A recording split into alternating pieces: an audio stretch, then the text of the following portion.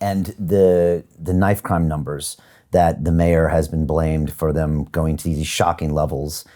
I mean, is that a consequence of that, or are there some potential solutions, in your mind as an ex-officer? It is an absolute tragedy, the tide of teenage bloodshed that flows through our streets. It really is. Lives have been needlessly lost. Now, can you use a blunt instrument to try and fix that? And I've actually been at one point when it was in such a crisis and so many lives were being lost, they still are, that I was thinking, shall we go to the military in terms of that, a uniform presence on every street corner? All right, governments are highly unlikely to do that, to put a uniform military presence on the streets, because it cuts to the very core of undermining policing, if for example, and saying, policing and therefore the Home Office and the government can't cope. But also, military doesn't necessarily police. Police is about community. Military is more about fighting. It's more about imposing democracy through the end of a barrel of a gun. Right. And of course that, sticks in the back of my throat and many others. But, we were at crisis point not so long ago, and we are still having catastrophic numbers of people losing their lives. Of course, murders have always happened, sadly, and always will. But in terms of gangs and young people losing their lives, something very much needs to be done. I know the Met are trying, and it's, in essence, again, this is seen as being a bit clumsy sometimes, because they kind of they've started up a violent crime reduction task force, and they will sort of focus on an area where there's been a lot of bloodshed, and that's a short-term fix. But when they go, because there's another area that requires their attention, then what happens? It's a very complex subject. It cuts across poverty, social deprivation, lack of opportunity, exclusion from school, absent or poor parenting. All these things are factors, not in every case, of course, but the major thing, which I think should be addressed, could be addressed, is that so much of this bloodshed is over the illegal drugs industry, because we have a global multi-billion dollar, pound, euro, yen, call it whatever, multi-billion dollar industry, which we leave entirely in the hands of criminals, which quite frankly is ludicrous. Because in an illegal and unregulated world, if somebody rips you off, you can't go to a court of law for your redress and have a judge make a judgment and rule in favour of one party or the other in a civil dispute. In the illegal drugs industry, when there is a dispute, a fallout, the weapon that is used is violence. Violence is a currency within that industry. We all know that. Thousands upon thousands of lives have been lost.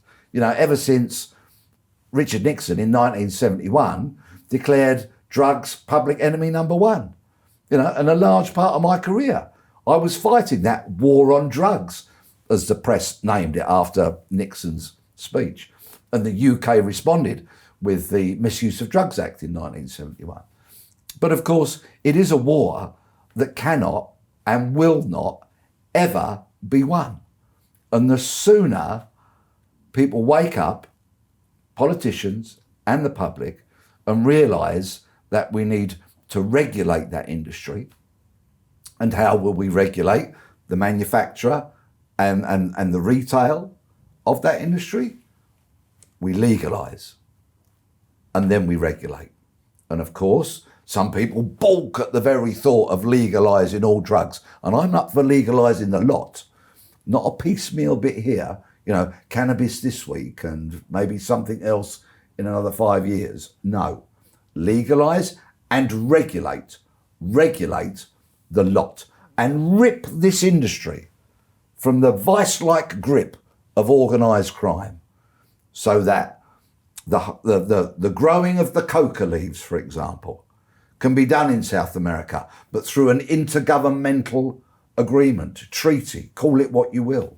The transportation of valueless coca leaves in huge transporters will not be attacked by pirates because it's largely a worthless product until it sails into the UK, lands at Tilbury Docks, for example, and then gets transported to a major manufacturing unit where goes through a process which is as safe and as non-toxic as you can make it. Not entirely, I get that. I'm not rampantly naive over this. We could be here for days, to be perfectly honest with you, talking about this subject. It's a passion of mine. And then, through what I will clumsily call drugstores, we retail all these drugs. We sell all these drugs. And you know what? The streets of the UK are not going to be awash with people off their nut on drugs. The whole industry is about supply and demand. And the demand, quite simply, will not go away. That demand has to be satisfied. But you know what? And I've got teenage kids, right? Who have had to suffer sitting around the dinner table with me and their mother having conversations about drugs since they were 10, 11 years old. Because, there's a half a century of policing experience around our dinner tables, so poor kids. But, and we've talked about it endlessly. And they're not in the slightest bit interested in going near any drugs. But if they were, where would I want them to buy those drugs? In the corner of a gloomy pub car park from some bloke with a hood up and possibly a knife or a 9mm down the back of his trousers, who has an interest in only selling my child more and more and more drugs, probably more addictive drugs, so that his custom becomes a regular thing?